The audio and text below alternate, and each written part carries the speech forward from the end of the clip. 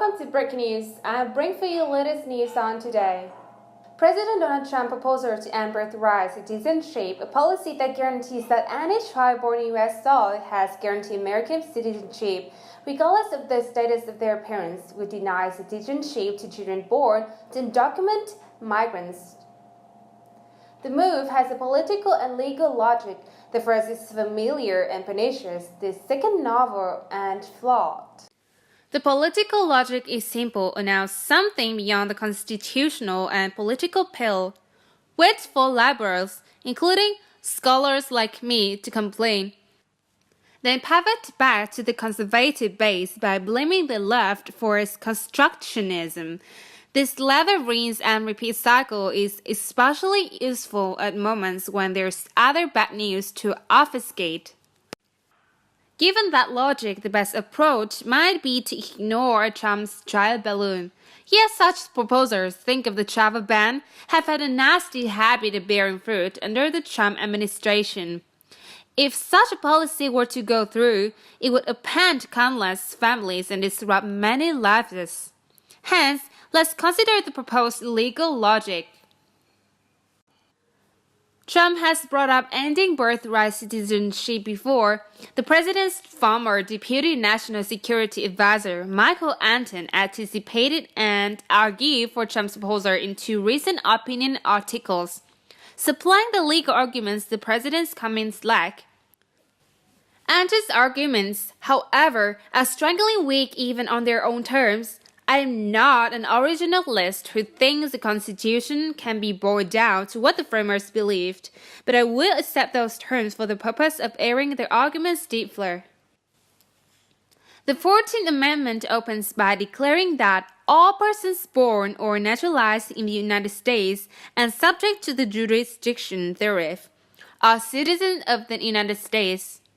The argument for excluding the children of undocumented migrants turns on the caveat in the line, subject to the jurisdiction thereof. But what does that mean?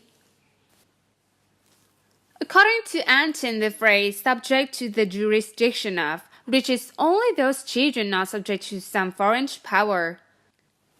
On this view, a foreigner clearly owns allegiance to somebody else, the country which he is a citizen or subject, which suggests that a child with foreign parents have some innate allegiance to the country that their parents are from. The Trump proposal assumes that this includes the children of undocumented migrants, although apparently not the children of lawful immigrants. Thus, the idea that undocumented migrants' children are not subject to the jurisdiction of the United States, since they are subject to some foreign power, makes lexical or historical sense? For reasons, I think not. First, notice that it is not the child with a claim to birthright citizenship who is supposed to have an allegiance to a foreign power. It is their undocumented parent. The argument thus rests on a sleight of hand. It takes the status of the parent and uses to legally punish their son or daughter. This is question begging. Not all the children born in the U.S. to undocumented migrants are necessarily citizens of the country their parents come from. Other nations have very diverse citizenship regimes. Many refugees, in fact, are stateless because they fall within the gaps of different countries' citizenship rules. Second, Anton rightly concedes that the birthright citizenship clause was intended to settle forever the question of the citizenship status of freed slaves and of other free blacks, and so has nothing whatsoever to say about the children of illegal immigrants. But a birthright citizenship clause excluding the children of illegal immigrants would not have settled the status of freed slaves. Instead, it would have left an untold and uncertain number subject to the vagaries of statelessness and racist caprice.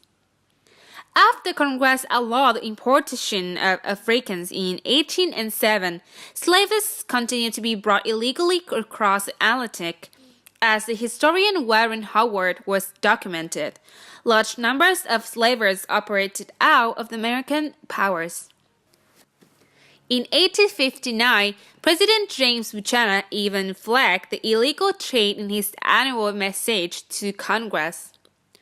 At the time of the 14th Amendment, therefore, there were untold thousands or more children and grandchildren of illegal immigrants among the former slaves. But no one at the time or since has suggested that their entry into the United States in clear violation of federal law robbed their children of birthright citizenship.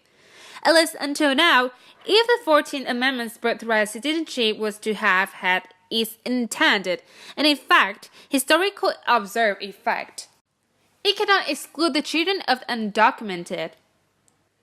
Third, the excision of the children of the undocumented is at odds not just with the original understanding of the 14th Amendment, it is also at war with its purpose.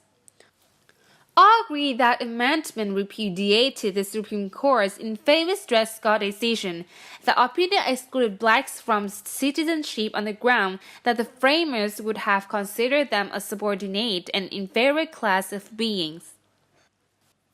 The 14th Amendment was thus intended to foreclose invocation of original intent to arbitrarily and cruelly close the door of citizenship based on perception that one group is subordinate and inferior.